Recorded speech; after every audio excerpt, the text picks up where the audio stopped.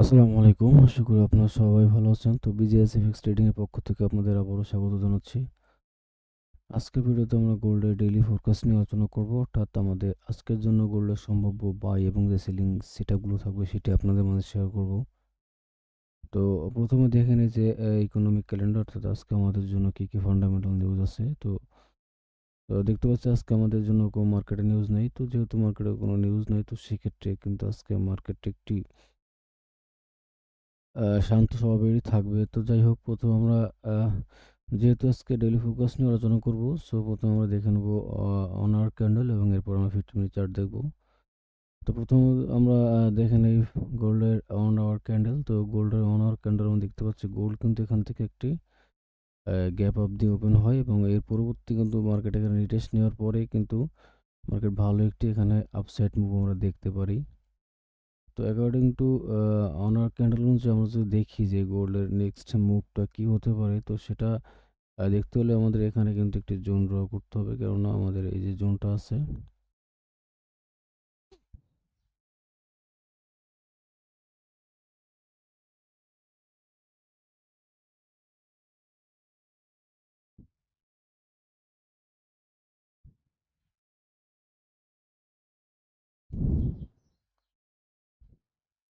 আমাদের এই জোনটা কিন্তু খুবই একটি ইম্পর্ট্যান্ট রেজিস্ট্যান্স জোন ছিল, যেটা পূর্বে কিন্তু এখানে বারবার কিন্তু এখান থেকে রেজিস্ট্যান্স নিচ্ছে, এখান থেকে রেজিস্ট্যান্স নিয়ে মার্কেট নিচে চলে আসছে।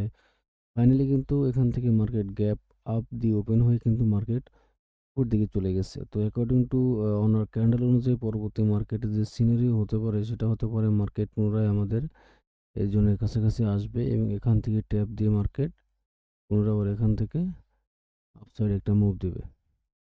তো এখান থেকে যদি মার্কেট আপসাইড মুভ দেয়, তাহলে মার্কেট কত দূর উপর যেতে পারে সেটা যদি আমরা দেখি, তাহলে এখানে কিন্তু আমাদের আরও একটি ইম্পর্টেন্স জোন রয়ে গেছে।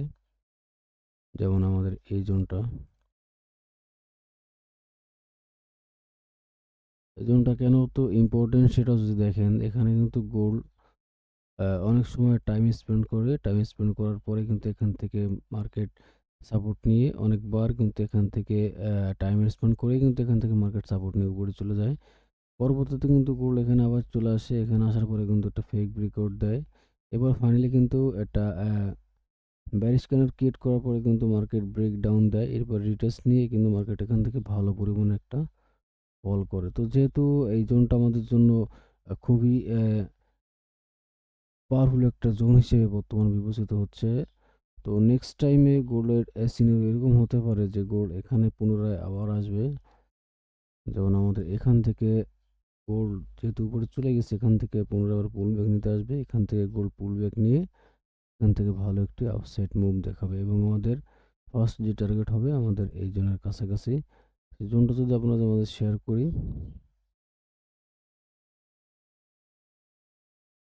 আমাদের ফার্স্ট বাইং স্টেপটা এরকম হতে পারে অ্যাকর্ডিং টু অনার ক্যান্ডেল অনুযায়ী।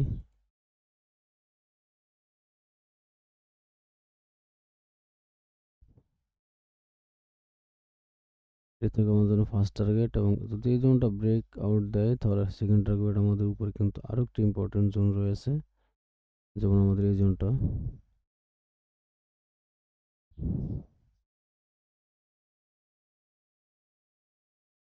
টেনকে যদি আমাদের জোনটা ব্রেক করে, তাহলে সেক্ষেত্রে কিন্তু আমাদের পরবর্তী যে টার্গেট থাকবে আমাদের পরবর্তী টার্গেট এখানে এই জোনটায়। তো যেহেতু আমরা দেখলাম যে আমাদের মার্কেট কিন্তু বুলিশ মোমেন্টে আছে, তো সেহেতু আমাদের অলওয়েজ বাই প্ল্যানই থাকতে হবে। তো ইনকেস যদি আমাদের এই যে জোনটা আছে, জোনটা যদি ব্রেকডাউন দেয়, বলা যায় না তাহলে মার্কেটের নেক্সট টার্গেট কোথায় হতে পারে। তো সেক্ষেত্রে কিন্তু আমাদের এখানে আরও একটি ইম্পর্টেন্ট জোন আছে, এই যে জোনটা। তো মার্কেট যদি আমাদের জোনটা এখান থেকে এভাবে ব্রেকডাউন দেয়, এখানে রিটেস্ট নেওয়ার পর মার্কেট পুনরায় আবার এই জোনে আসবে, এখান থেকে এসে এই সাপোর্ট জোন থেকে কিন্তু মার্কেট উপরে ওঠার সম্ভাবনাটাও বেশি থাকবে। তাহলে সেই ক্ষেত্রে আমরা যদি এখানে একটা বাই সেট আপ রাখি, তাহলে সেই বাইং সেট আপটা এরকম হতে পারে।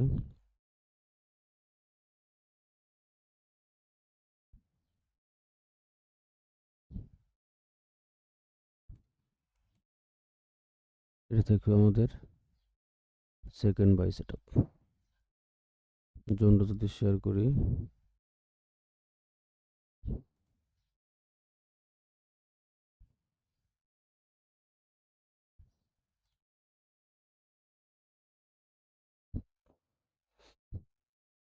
৫,১১১ থেকে ৫,০৯০ এই জোনটা একটু বড় জোন, যেহেতু এটা আমাদের অন আওয়ার ক্যান্ডেল, এবং আমাদের সেকেন্ড যে বাই স্টেপটা থাকবে according to on our candle অনুযায়ী, সেটা হবে ৫,০৪৩ থেকে ৫,০১০ এই জোনটা থাকবে আমাদের সেকেন্ড বাই সেটআপ।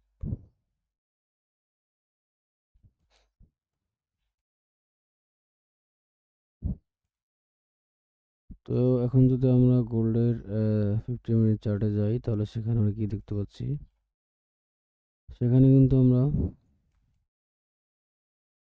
মার্কেট কি করে, মার্কেট এখান দিয়ে গ্যাপ আপ দিয়ে কিন্তু মার্কেট উপরে যাওয়ার পরে এখানে কিন্তু মার্কেটে টাইম স্পেন্ড করছে। কিন্তু এখানে টাইম স্পেন্ড করার যে কারণটা, সেটা যদি আমরা ভালো মতো দেখি, তাহলে এখানে কিন্তু আমাদের একটি আরও একটি ইম্পর্টেন্ট জোন পড়ে আছে। যেমন ধরেন আমাদের এই জোনটা,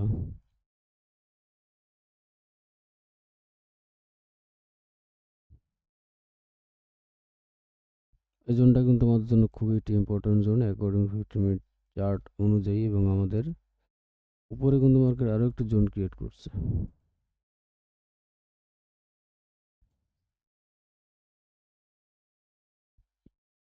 বর্তমানে এই জোন দুটি কিন্তু খুবই ইম্পর্টেন্ট আমাদের জন্য। কেন এতটা ইম্পর্টেন্ট, দেখেন এখান থেকে কিন্তু মার্কেট 12টা গ্যাপ আপ দিয়ে মার্কেট ওপেন হয়। ওপেন হওয়ার পরে কিন্তু এই জোনটা দিয়ে কিন্তু মার্কেট রিটেস্ট নেই, অর্থাৎ এখান থেকে কিন্তু সাপোর্টে মার্কেট উপরে যায়। এই জোনটাতে মার্কেট রেজিস্ট্যান্স নেয়, আবার নিচে আসে, এখানে সাপোর্ট নেয়, আবার উপর থেকে কিন্তু অনেকবার কিন্তু রেজিস্ট্যান্স নিয়ে মার্কেট আস্তে আস্তে করে নিচের দিকে আসতেছে।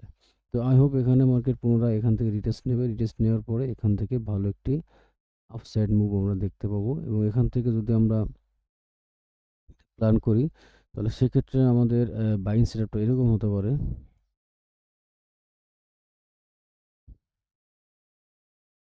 জোনের নিচে আমাদের স্টপ লস থাকবে, আমাদের ফার্স্ট টার্গেট থাকবে আমাদের এই সাপোর্ট। যদি দেখি আমাদের সেকেন্ড যে টার্গেটটা হতে পারে, সেটা দেখার জন্য আমাদের একটু পিছনে যেতে হবে। আমাদের এখানে কিন্তু আরও একটি ইম্পর্টেন্ট জোন আছে অ্যাকর্ডিং টু 15 মিনিট চার্ট অনুযায়ী।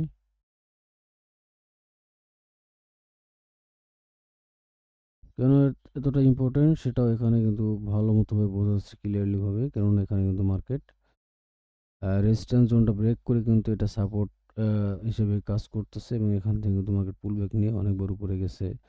এটা কিন্তু ব্রেক ডাউন দেয়, পরে এখানে সাপোর্ট নিয়ে আবার মার্কেট উপরে চলে গেছে। এবার যখন মার্কেট ব্রেক ডাউন দেয়, এরপর কিন্তু রেজিস্ট্যান্স হিসেবে কাজ করছে, এবং এখান থেকে কিন্তু ভালো একটি ডাউনফল আমরা মার্কেটে দেখতে পাচ্ছি। তো যাই হোক, অ্যাকর্ডিং টু 15 মিনিট চার্ট অনুযায়ী আমাদের সেকেন্ড যে বাই সেটআপটা হবে, অর্থাৎ আমাদের সেকেন্ড যে টার্গেটটা হবে, সেটা হবে আমাদের এই জোনে। তো মার্কেটের সিনারিওটা এরকম হতে পারে,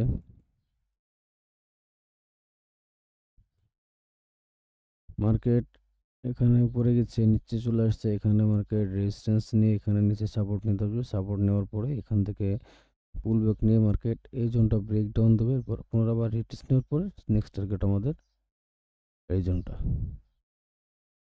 তো সেই জোনগুলো যদি আপনাদের মধ্যে শেয়ার করি, তাহলে সেই জোনটা এরকম হতে পারে, সম্ভব যে বাই সেটআপটা।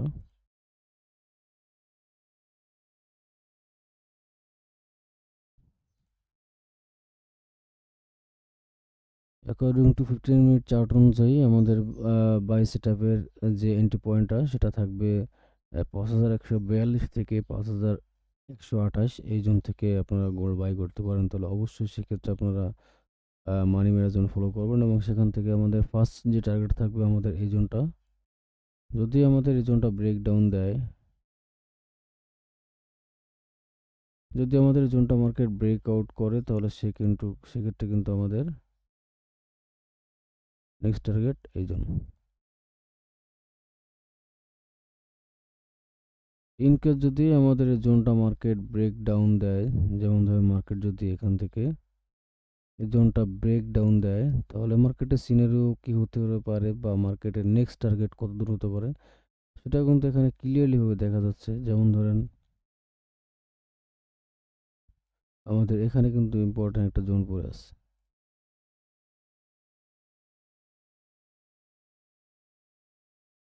অ্যাকর্ডিং টু 15 মিনিট চার্ট অনুযায়ী এখানে কিন্তু আমাদের ইম্পোর্টেন্ট একটা জোন পড়ে আছে। যেমন ধরেন এখানে কিন্তু গোল্ড অনেক সময় টাইম স্পেন্ড করছে। টাইম স্পেন্ড করার পর এখানে একটা ব্রেকআউট দেয়।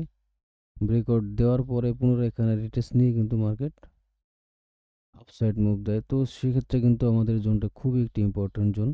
তো গোল্ড যদি এখান থেকে ব্রেক ডাউন দেয় তাহলে এখানে কিন্তু আমরা একটা সেলিং প্রেশার দেখতে পারি। যেমন ধরেন গোল্ড এখান থেকে যখন নিচে চলে আসবে, নিচে আসার পরে এখানে যে রিটেস্টে নেবে সেক্ষেত্রে কিন্তু একটা সেল প্ল্যান করতে পারেন এবং সেক্ষেত্রে আমাদের যে সম্ভবত টার্গেটটা থাকবে এই জোনে, এবং এই জোনে আসার পরে কিন্তু আমরা এখান থেকে একটা ক্যান্ডেলস্টিক ফরমেশন দেখে এখান থেকে রিটেস্টমেন্ট নেওয়ার পরে কিন্তু এখান থেকে আমরা একটা আপসাইড মুভ দেখতে পারি।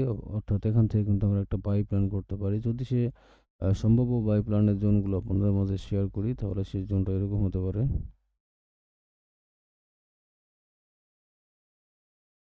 ক্ষেত্রে আমাদের ফার্স্ট টার্গেট থাকবে এই জোন এবং সেকেন্ড যে টার্গেট থাকবে সেটা থাকবে আমাদের এই জোন।